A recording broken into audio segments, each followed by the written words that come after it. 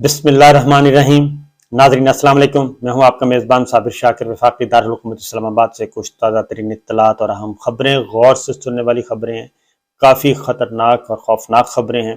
اس اعتبار سے کہ ریاست پاکستان کو کس طریقے سے چلایا جا رہا تھا، وزیر اعظم ہاؤس کی جاسوسی کون کر رہا تھا، ان کی ریکارڈنگ کون کر رہا تھا، آڈیوز ویڈیوز کون بنا رہا تھا، یہ سارے کا سارا پنڈورا باکس جو ہے وہ کھلنے والا ہے اور کچھ اہم گرفتاریاں ہو چکی ہیں اور انہوں نے کچھ راز اگل بھی دیے ہیں اور ایک کھلبلی سی مچی ہوئی ہے۔ بڑے تگڑے لوگ جو ہیں وہ گرفت میں آنے والے ہیں اور میں پہلے دن سے کہہ رہا تھا کہ جنرل عاصم منیر صاحب، chief of army staff general Asim Munir صاحب کو ہلکا مت لیں، وہ بالکل دوسری نوعیت کی شخصیت ہیں اور اللہ تعالیٰ نے ان سے کوئی کام لینا ہے اور وہ آنے والے دنوں میں اندازہ ہو جائے گا کہ کیسے لینا ہے۔ اس سے پہلے ایک خبر آپ سے شیئر کرتا ہوں، انہوں نے کوئی ایسا کام نہیں کیا جس سے کہ اینٹ سے اینٹ نہ بجے۔ عوام کو فوج کے مقابلے میں کھڑا کر دیا، سیاستدانوں کو آپس میں گتھم گتھا کر دیا اور ابھی تک یہ سلسلہ جاری ہے اور ہر تمام سیاستدان ایک دوسرے کا گریبان پکڑ رہے ہیں اور انہوں نے افواج پاکستان کو کمزور کیا اور اب ایک اور کام شروع کیا ہے اور وہ ہے کہ آنریبل کورٹ، اعلیٰ عدلیہ کے ججوں پہ اور چیف جسٹس آف پاکستان پہ اور معزز ججز، دیگر ججز کے خلاف انہوں نے ایک کمپین شروع کی ہے، باقاعدہ طور پہ انہوں نے شروع کروائی ہے کیونکہ وہ ڈس انفارمیشن پھیلا رہے ہیں، غلط معلومات دے رہے ہیں، غلط معلومات کی وجہ سے کالم لکھے جا رہے ہیں اور خبریں چھپ رہی ہیں اور لوگ بیٹھے یوٹیوب پہ اور وہ گفتگو کر رہے ہیں۔ یہ ساری چیزیں اس لیے ہو رہی ہیں کہ ڈس انفارمیشن پھیلائی جا رہی ہیں۔ اس کی میں وجہ بتا دیتا ہوں کیونکہ جنرل ریٹائرڈ غلام مصطفیٰ صاحب یہ بتا چکے ہیں کہ باجوہ صاحب اصل میں اعتراف جرم کر رہے ہیں اور وہ اپنے جرموں کا اعتراف کر رہے ہیں، اس لیے غلام مصطفیٰ صاحب کہتے ہیں کہ ان کو بھی پھانسی دی جائے اور باجوہ صاحب کو بھی پھانسی دی جائے۔ اور جنرل نعیم لودھی کہتے ہیں کہ باجوہ صاحب کو پاکستان چھوڑ دینا چاہیے کیونکہ یہاں پہ ہر روز ایک نیا فساد پیدا ہو رہا ہے۔ آپ کو خبر میں آپ سے شیئر کرتا ہوں، یہ کہا گیا، اب ایک نئی کہانی ہے۔ نئی کہانی یہ ہے کہ جو عمران خان صاحب کو اہل قرار دیا گیا، ان کو صادق اور امین قرار دیا گیا تھا، ثاقب نثار صاحب نے چیف جسٹس آف پاکستان تھے تب، تو وہ باقاعدہ طور پہ وہ کہتے ہیں میں نے این آر او دیا تھا، مجھ سے این آر او لیا تھا عمران خان صاحب نے، اور یہ کام جنرل فیض حمید نے کروایا تھا سابق چیف جسٹس ثاقب نثار صاحب سے اپنے ایلچی کے ذریعے، اور اس میں یہ سارے کا سارا انہوں نے کہا کہ یہ ہوا تھا۔ اور جہانگیر ترین کو جو ڈسکوالیفائی کیا تھا وہ بھی ایک پلان تھا، اور اس کے بعد جہانگیر ترین صاحب کو اہل ہونا تھا، ان کو اہل نہیں ہونے دیا، پھر مجھے یہ کہا، پھر مجھے وہ کہا، یہ ساری باتیں۔ اب یہ میں نے بھی ذرا، ہمارے پاس بھی کچھ اطلاعات تو ہیں، ہم بھی ظاہر ہے اسی فیلڈ میں ہیں، اور سال 2000 سے تو میں اسلام آباد میں ہوں اور اس سے پہلے 10 سال لاہور میں، تو یہ 2017 میں یہ مقدمہ آیا تھا۔ تو باجوہ صاحب 2017 کا واقعہ جو ہے وہ 18 تک خاموش رہے، 19 میں خاموش رہے، 20 میں خاموش رہے، 21 میں خاموش رہے اور 2022 میں خاموش رہے اور ریٹائرمنٹ ہونے تک خاموش رہے، اور ریٹائرمنٹ کے ایک مہینے بعد انہوں نے یہ راز فاش کیا ہے۔ تو جناب پوچھنا یہ تھا کہ جب جناب فیض حمید صاحب 2017 میں کس کے کنٹرول میں تھے، اور اس وقت 2017 میں تو گورنمنٹ ہی عمران خان صاحب کی نہیں تھی، تو پھر عمران خان صاحب کو کس لیے سپورٹ کیا جا رہا تھا، نمبر 1۔ نمبر 2، یہ 2017 کی بات ہے، پھر اتنے یہ ثاقب نثار صاحب، یہ تو فل بینچ تھا، ثاقب نثار صاحب، ان کے بعد عمر عطا بندیال صاحب اور ان کے بعد جسٹس فیصل عرب، یہ 3 آنریبل ججز تھے۔ پھر یہ کہ یہ تو خود وہ اپنے جرائم کا اعتراف کر رہے ہیں اور خود بتا رہے ہیں کہ یہ چیزیں وہ مینج کر رہے تھے یا کروا رہے تھے۔ پھر 5 سال تک خاموشی کیوں اختیار کی گئی؟ 5 سال تک وہ تو کام کر سکتے تھے اقدام، ان کے خلاف کارروائی کر سکتے تھے جنرل فیض کے خلاف، پھر جنرل فیض کے خلاف کارروائی کیوں نہیں کی گئی؟ اور پھر ساتھ ہی انہوں نے یہ بھی کہہ دیا کہ عمران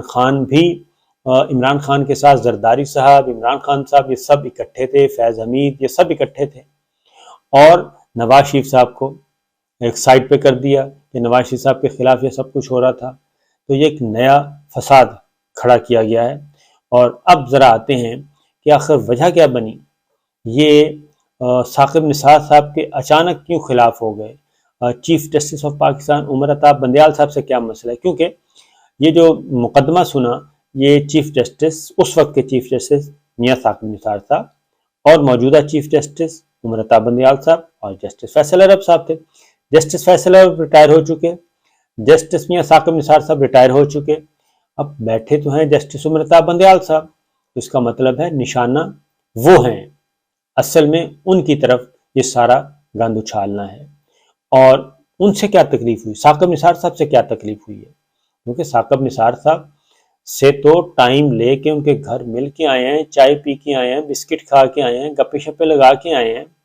تب تک تو ثاقب نثار صاحب بالکل ٹھیک تھے۔ اور پھر آخر اس ملاقات میں ایسا کیا ہوا کہ ثاقب نثار صاحب باہر واپس آ کے باقاعدہ طور پہ جرنلسٹوں کو بلایا گیا اور بلا کے پوری ایک خبر سنائی گئی تاکہ یہ کالم کی صورت میں شائع ہو۔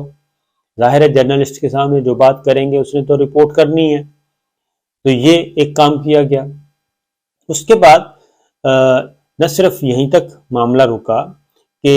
آپ نے یہ ساری چیزیں بتا دیں، دوسری جو بات ہے وہ یہ ہے کہ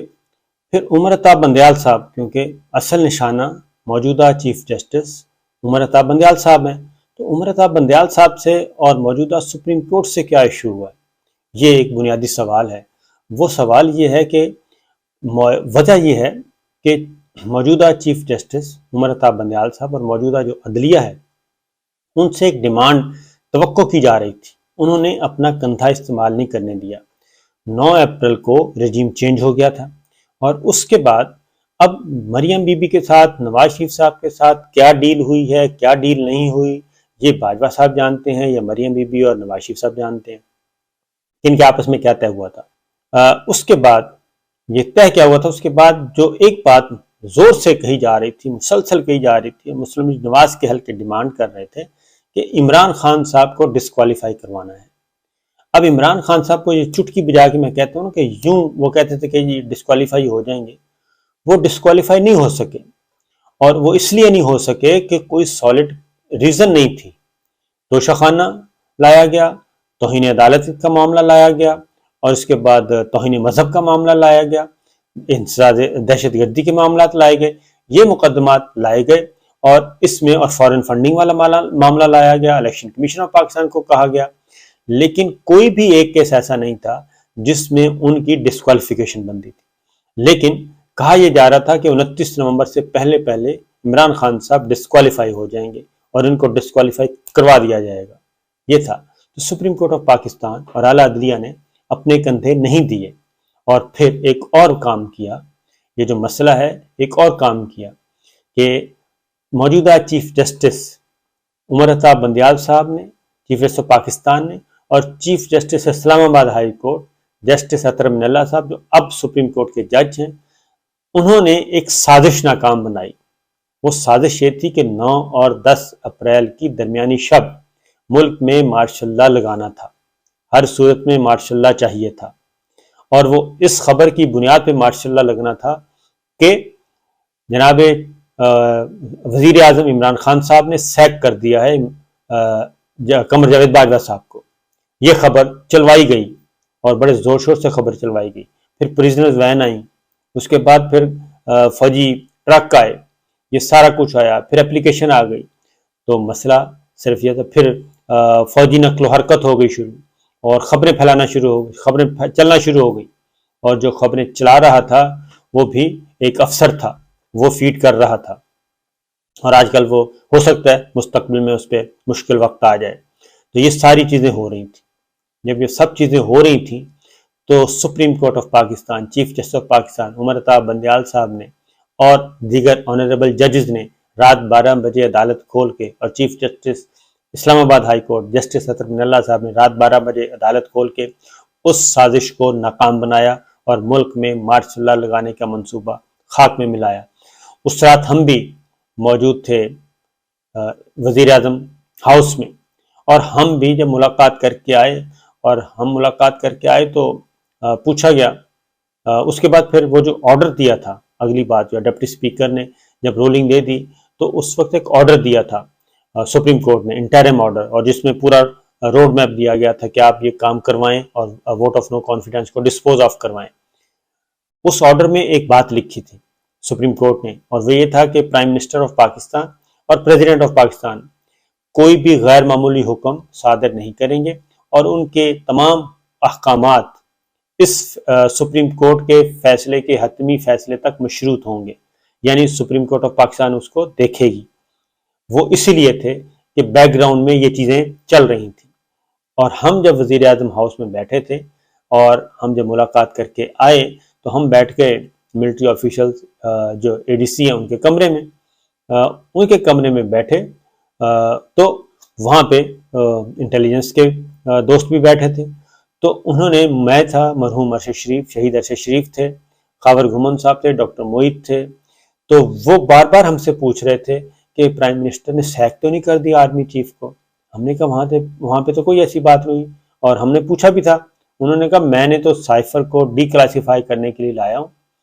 یہ کیبنٹ میٹنگ ہوئی تھی، اور جب بھی ہم کوئی کیبنٹ میٹنگ کرتے ہیں فوراً یہ خبریں چلنا شروع ہو جاتی ہیں، میں کیوں سیک کروں گا؟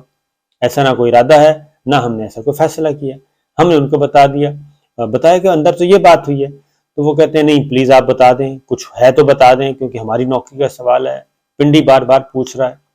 تو یہ وہاں کے ماحول تھا، جبکہ وہاں ایسا کچھ نہیں تھا۔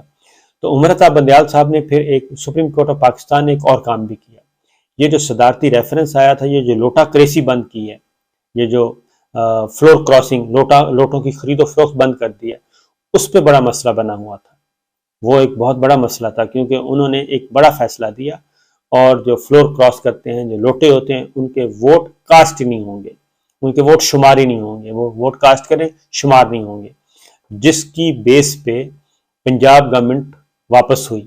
اور حمزہ شہباز کی وزارت اعلیٰ ختم ہوئی۔ یہ تکالیف ہیں، کیونکہ یہ خواہش تھی، کیونکہ یہ شاید وہ NRO 2 کا پارٹ تھا، پاور شیئرنگ کا، اس میں طے تھا، تو یہ پنجاب گورنمنٹ بھی ہمیں واپس ملنی چاہیے۔ تو اس میں بھی یہ چیز طے تھی کہ وہ، تو اس میں سپریم کورٹ آف پاکستان نے اور ہماری اعلیٰ عدلیہ نے ان کا اپنا کندھا دینے سے انکار کیا۔ تو یہ وہ چیزیں تھیں جس کی وجہ سے اب عمر عطا بندیال صاحب، ساکم نثار صاحب بھی برے ہو گئے، عمر عطا بندیال صاحب کو بھی نشانہ بنایا جا رہا ہے۔ تو یہ ہے بنیادی بات، جبکہ حقیقت یہ ہے کہ یہ جان بوجھ کے، اس کی ریزن ہے کہ اعتراف جرم یہ خود کر رہے ہیں،